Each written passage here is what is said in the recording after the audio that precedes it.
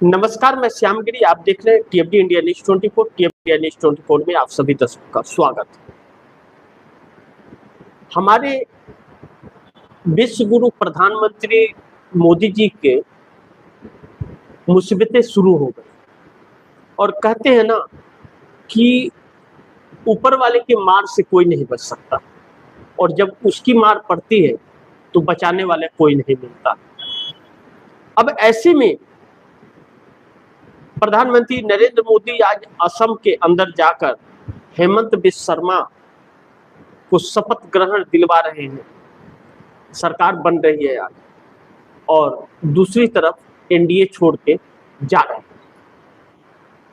अब नरेंद्र मोदी के लिए मुसीबतें बढ़ेगी। मैं एक रिपोर्ट के अनुसार आप दर्शकों को बताऊं कि अभी अभी जो खबरें आई हैं बड़ी चौंकाने वाली है कि एआईएडीएमके में फूट पड़ी है।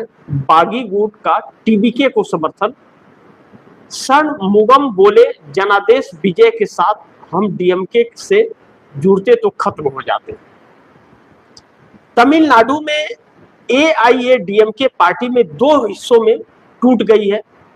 पार्टी के नेता सीबी षणमुगम ने सीएम विजय की पार्टी टीबीके को समर्थन देने का आधिकारिक ऐलान कर दिया। कहा जा रहा है कि उनके साथ 30 विधायकों ने भी विजय को समर्थन देने का स्वीकार किया। अब सोचिए, अब राहुल गांधी ने जिस तरह से विजय की सरकार बनवाई, बड़ी सूझबूझ के साथ राहुल गांधी ने यह काम किया। एआईएडीएमके और डीएमके आधिकारिक रूप से डीएमके के ही लोग बोल रहे हैं इस बात को कि डीएमके के साथ मिलकर के और सरकार बनाने की कवायद थी। जब दिल्ली से मोदी जी एनडीए की सरकार अपनी घुसपैठ चाहते थे तमिलनाडु की सरकार में, और अब यह टूटना शुरू हो गया। सिर्फ यही तक नहीं, अभी नीतीश नायडू का भी नंबर आएगा, उनके साथ भी यही चीजें हो रही है।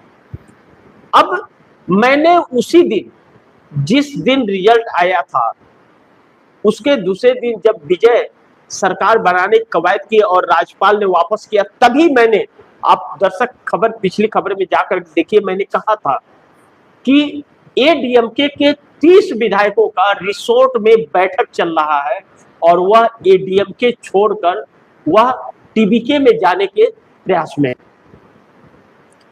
अब राहुल गांधी ने जो दाव चला तमिलनाडु के अंदर, प्रधानमंत्री नरेंद्र मोदी यूं ही झल्लाए और बौखलाए हुए से नहीं थे। कर्नाटक की रैली में जो कोस रहे थे, यूं ही नहीं कोस रहे थे। अब नरेंद्र मोदी की मुसीबतें अब शुरू हुई हैं। अब एनडीए गठबंधन के अंदर जो पड़ने वाला है वह नरेंद्र मोदी झेल नहीं पाएंगे। अभी तो यह 30 एमएलए अलग हुए एनडीए से, एनडीए पूरी तरह से छोड़ दिया और इंडिया गठबंधन के हिस्सा बन गया, क्योंकि टीबीके इंडिया का हिस्सा हो गई। इंडिया गठबंधन ने समर्थन दिया है, कांग्रेस ने समर्थन दिया है, देकर सरकार बनाई है। तो अब ऐसे में एनडीए गठबंधन टूट गया, पूरी तरह से ध्वस्त हो गया। अब 47 एमएलए एडीएमके के पास थे, जिसमें 30 टूट गए, यानी कि 50% से बहुत ज्यादा। अब 30 टूटने का मतलब यह है कि इनके ऊपर दर बदल कानून लागू नहीं होता।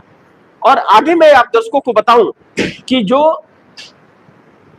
षणमुगम क्या बोल रहे हैं। आगे षणमुगम कह रहे हैं कि मंगलवार सुबह षणमुगम ने बयान दिया है, हम जनता के जनादेश को स्वीकार करते हैं। यह जनादेश टीबीके के लिए नहीं, विजय के लिए है। इसलिए हम टीबीके सरकार को अपना समर्थन देते हैं। अगर हम डीएमके के साथ गठबंधन करते तो एडीएमके का अस्तित्व ही समाप्त हो जाता। यानी कि स्टालिन एडीएमके के साथ मिलकर सरकार बनाने की कवायद कर रहे थे। इस बात का खुलासा षणमुगम कर रहे हैं। इसीलिए राहुल गांधी ने विजय को समर्थन दिया, तो स्टालिन ने कांग्रेस से अपना नाता तोड़ लिया, लेकिन कांग्रेस ने उसका परवाह नहीं किया। विजय की सरकार बनाई और विजय को इंडिया गठबंधन में शामिल किया। अब ऐसे में डीएमके का भी खुलासा हो जाता है और एडीएमके का। अब डीएमके के प्रमुख स्टालिन, अब ममता बनर्जी ने समझाया उन्हें कि आप इधर उधर भटकेंगे तो खत्म हो जाएंगे। अब एडीएमके को इसलिए टूटी है क्योंकि भारतीय जनता पार्टी के साथ रही है, इसलिए टूटी है। यह कह करके छोड़ा गया है कि हम नहीं रह सकते ऐसे में। तो डीएमके के लिए एक संदेश है कि इंडिया गठबंधन अगर आपने छोड़ा तो आपका भी यही हाल होगा। तो अब एक संदेश नरेंद्र मोदी को, यह एक झटका है। आगे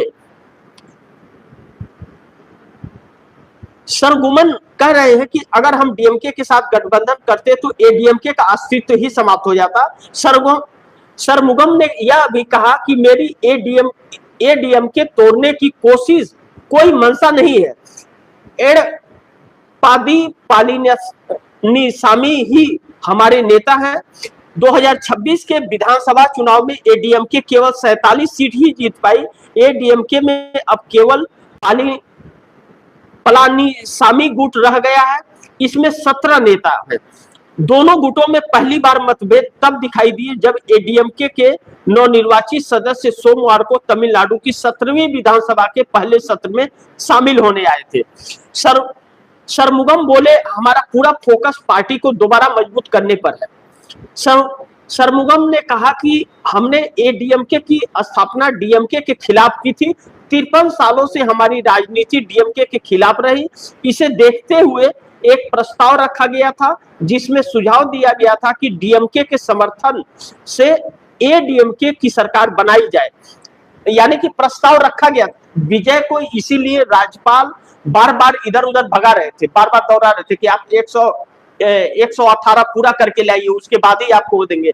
उनको सरकार बनाने के न्योता नहीं दे, क्योंकि इधर तो कुछ और चल रहा था। और मैंने उस दिन यह बात आप दोस्तों को कही थी, कोई नहीं लेकिन मैंने यह बात कही थी कि डीएमके और एडीएमके मिलकर सरकार बनाने की कवायद में है, इसीलिए राज्यपाल वापस कर रहा है और दिल्ली से मोदी और शाह इसको हैंडल कर रहे हैं और विजय को सरकार न बनाने दिया जाए। लेकिन कांग्रेस ने सारा खेल बिगाड़ दिया। कांग्रेस ने जिस तरह से लेफ्ट को, सीपीआई को, सीपीआईएम को, बीसीके को, इन सभी को ला करके, मुस्लिम लीग को ला करके सरकार बना दी, 121 का आंकड़ा कर दिया, तो इन लोगों का गुत्थी बिगड़ गया, यह लोग नहीं बना पाए। तो ऐसे में सरमुगम ने यह भी कहा कि हम अभी बिना किसी गठबंधन के खड़े हैं और अब हमारा ध्यान अपनी पार्टी को फिर से मजबूत और जीवंत बनाने पर होना चाहिए। आखिरकार हमने अपना समर्थन चुनाव जीती टीबीके को देने का फैसला किया है, यानी कि इन 30 एमएलए ने छोड़ दिया है एडीएमके के साथ, एनडीए गठबंधन से अपना नाता पूरी तरह से तोड़ दिया है, अलग हो गए या 30 एमएलए। और यही से मोदी की मुसीबत शुरू होती है। लेकिन विजय और राहुल के पास तमिलनाडु विधानसभा में अब 118 की जगह 150 प्लस एमएलए हो गए हैं, 2/3 बहुमत हो गया है और यह सरकार 5 साल के लिए स्थापित हो गई है। अब ऐसे में एडीएमके के पूर्व नेता ने क्या कहा था, पार्टी में फूट पड़ चुकी है। एडीएमके के पूर्व नेता ने कहा था कि पार्टी में फूट पड़ चुकी है, जो एनडीए गठबंधन के बहुत अच्छे सहयोगी थे। एडीएमके के पूर्व नेता केसी पलानीसामी ने कहा, पार्टी के भीतर साफ तौर पर फूट पड़ चुकी है। कई विधायक नेतृत्व में बदलाव चाहते हैं। अगर एडप्पाडी पलानीसामी नेता बने रहते हैं तो इस बात की संभावना है कि कुछ विधायक टीबीके को समर्थन दे सकते हैं। इन्होंने स्वीकार कर लिया। उन्होंने आगे कहा कि एडप्पाडी पलानीसामी को पार्टी की टॉप पोस्ट से खुद ही हट जाना चाहिए ताकि पार्टी फिर से एकजुट और अगला चुनाव लड़ सके। लेकिन 2024 में पलानीसामी का बीजेपी से मतभेद हुआ था। एडीएमके के वरिष्ठ नेताओं का कहना है कि 2024 के लोकसभा चुनाव से पहले गठबंधन पर हुई बातचीत के दौरान एडप्पाडी पलानीसामी ने कथित तौर पर बीजेपी के वरिष्ठ नेताओं का अपमान किया था। तब से दिल्ली के साथ उनके रिश्ते खराब हो गए। 2026 चुनाव में भाजपा को कमजोर सीटें देना। बागी नेताओं ने एडप्पाडी पलानीसामी पर यह भी आरोप लगाया कि उन्होंने 2026 के विधानसभा चुनाव में बीजेपी को 27 ऐसी सीटें दी थी जिन पर जीतना लगभग नामुमकिन था। यह राजनीतिक तौर पर बीजेपी को कमजोर करने की कोशिश, यह बीजेपी के नेता बोल रहे हैं। अब टीबीके जो राहुल गांधी के सहयोग से बीजेपी की सरकार बनी है, क्या कह रही है? टीबीके चीफ और एक्टर विजय तमिलनाडु के 9वें सीएम बने हैं। या टीबीके चीफ और एक्टर से नेता बने सी जोसेफ विजय ने 10 मई को तमिलनाडु के नए मुख्यमंत्री की शपथ ली। टीबीके नेता एवी कृपया को प्रोटेम स्पीकर नियुक्त किया गया है। राज्यपाल ने सीएम विजय को 13 मई को विश्वास मत हासिल करने को कहा है। अब विश्वास मत हासिल करने के लिए 118 का बहुमत है, बहुमत का आंकड़ा है, और 118 बहुमत का आंकड़ा है, तो इस वक्त इस विजय के पास हो गई सीटें, टोटल सीटें हो गई 150 प्लस। अब 234 की असेंबली है और 118 बहुमत का आंकड़ा है। ऐसे में विजय को 108 सीटें मिले थे और कांग्रेस को 5 सीटें मिले थे, या 8 5 13 होते, विजय 2 सीटों पे लड़े थे, तो 1 सीट उसमें कम होती है, तो 112 हो जाता है। लेकिन इसके साथ 6 इंडियन मुस्लिम लीग का 2 सीटों का समर्थन कांग्रेस ने दिलाया, सीपीआई का 2 सीटों का समर्थन दिलाया, बीसीके का 2 सीटों का समर्थन दिलाया, सीपीआईएम का 2 सीटों का दिखाया, यानी कि यह 8 और 13 21 सीटें, यानी कि बहुमत हो गया था। और 30 प्लस जो अब एनडीए से अलग होकर के आ गए हैं, यह 150 प्लस सीटें हो जाती हैं। अब ऐसे में प्रधानमंत्री नरेंद्र मोदी को 440 वाट का झटका लगा है। एनडीए को 30 एमएलए ने छोड़ा है, तो 440 वाट का झटका जबरदस्त उनको लगा है 30 एमएलए के साथ छोड़ने के साथ ही। अब मोदी जी की मुसीबत यहीं से शुरू होगी। अब ध्यान दीजिए कि ये डीएमके जो गठबंधन था वह पूरी तरह से खत्म हो गया। अब बड़ी महत्वपूर्ण बिंदु है कि नीतीश कुमार के साथ भी यही सब चल रहा है, और नीतीश कुमार के भी जो विधायक हैं, 85 विधायक है और 12 सांसद, वहां पर भी यही कहानी चल रही है। आने वाले दिनों में आप दर्शकों को यही देखने मिलेगा। सवाल यह नहीं है कि इंडिया गठबंधन में आते हैं या नहीं नीतीश कुमार, सवाल यह भी नहीं है कि चंद्रबाबू नायडू इंडिया गठबंधन में आते हैं कि नहीं, इसका सवाल ही नहीं है। सवाल यह है कि एनडीए गठबंधन बचता है या नहीं। अब चंद्रबाबू नायडू और नीतीश कुमार के अलग अलग मुसीबतें हैं, ध्यान से समझिए इसे। नीतीश कुमार बिहार के अंदर उनकी मांग थी कि सीएम की कुर्सी देने के पहले होम मिनिस्ट्री हमें दे दिया जाए, स्पीकर का पोस्ट दे दिया जाए, और 2 डिप्टी सीएम का पोस्ट मिला। बाद में मंत्रिमंडल विस्तार हुआ तो वह डिप्टी सीएम का पद छीन लिया गया। बहुत उठापटक और झगड़े के बाद, गुस्सा गुस्सी के बाद में कल देर रात वह डिप्टी सीएम का लिस्ट निकाला गया कि हाँ हम डिप्टी सीएम का करते हैं, नहीं तो वो लिस्टों से गायब हो गया था। 1 हफ्ते से यह बवाल चल रहा था, लेकिन इसके लिए भी कुछ नहीं है। अब यह दबाव में लिया गया फैसला है, यानी कि भारतीय जनता पार्टी ने अपने इरादे साफ कर दिए। दूसरा, नीतीश कुमार के जितने नजदीकी आईपीएस अफसर थे सभी को दरकिनार कर दिया, सभी को ट्रांसफर कर दिया गया, और भारतीय जनता पार्टी से इत्तेफाक रखने वाले अफसरों को ला दिया गया है। इससे नीतीश कुमार खासे नाराज है, यानी कि अपने कब्जे में भाजपा कैसे ले रही है। अब 30 एमएलए और 12 सांसद, 85 एमएलए और 12 सांसद नीतीश कुमार के जेडीयू के हैं। अब यह सभी नेता नीतीश कुमार के आवाज दे गए। कल रात की एक खबर आ रही है, लेकिन पुष्टि उसकी नहीं हो रही है कि गुप्त बैठकें चल रही है नीतीश कुमार की। क्या होगा मैं नहीं जानता, हुआ जब खबर आएगी तो मैं आप दर्शकों को बताऊंगा। लेकिन नाराजगी बहुत ज्यादा बढ़ रही है। सम्राट चौधरी को सीएम बनाने को लेकर के भी 70 विधायकों, 68 विधायकों ने दैनिक भास्कर के रिपोर्ट के अनुसार विरोध किया था, यानी कि बगावत कर दिया था, फिर भी बनाया गया। अब सम्राट चौधरी को जिस उम्मीद से नीतीश कुमार बनाए थे मुख्यमंत्री, सम्राट चौधरी ने वह उम्मीदें नीतीश की तोड़ डाली है। तो अब एक अलग दिशा चल रही है। भारतीय जनता पार्टी जेडीयू पर कब्जा करना चाहती है और नीतीश कुमार को पूरी तरह से बाहर करने के प्रयास कर रही है। अलग अलग तरीके से उनकी ताकत को कम कर रही है और उनके वोट बैंकों पर अपनी नजर गड़ाए हुए है।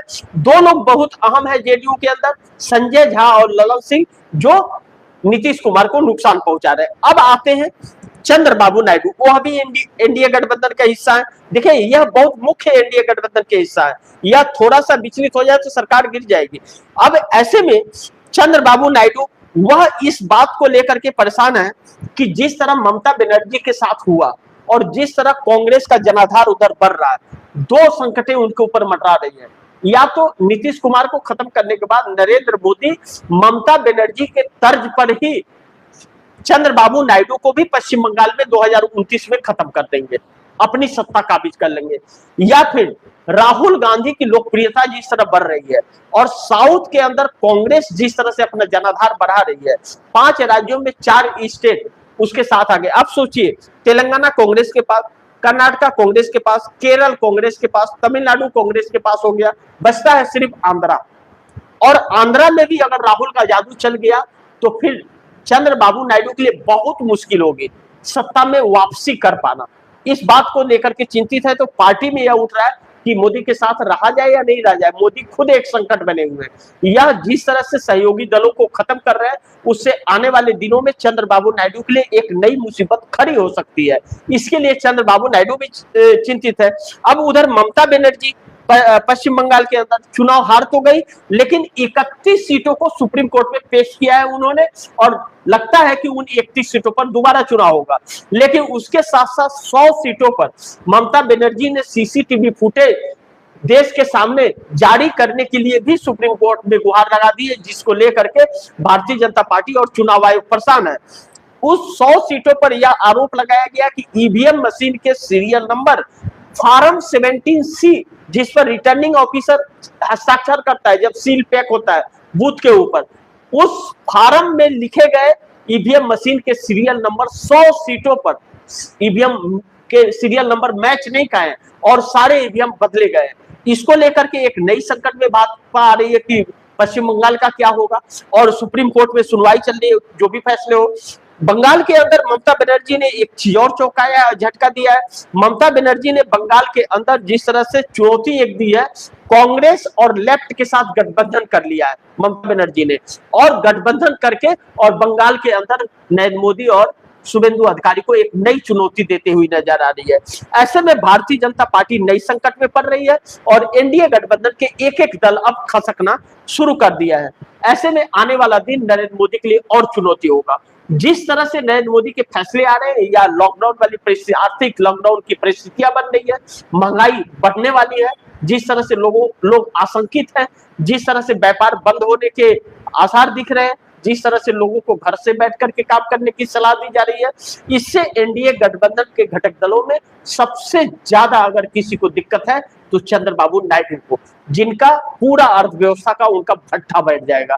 ऐसे में मोदी को 440 वाट का झटका लगा है। एडीएमके के 30 एमएलए ने जब एनडीए का साथ छोड़ा और इंडिया गठबंधन का दामन पकड़ लिया। बाकी आप दर्शक क्या सोचते हैं, आप दर्शकों की क्या राय है, क्या सुझाव है, कमेंट बॉक्स में जरूर दीजिएगा। और इस खबर को ज्यादा से ज्यादा शेयर कीजिए, अपने दोस्तों को भी कहीं आगे शेयर करें।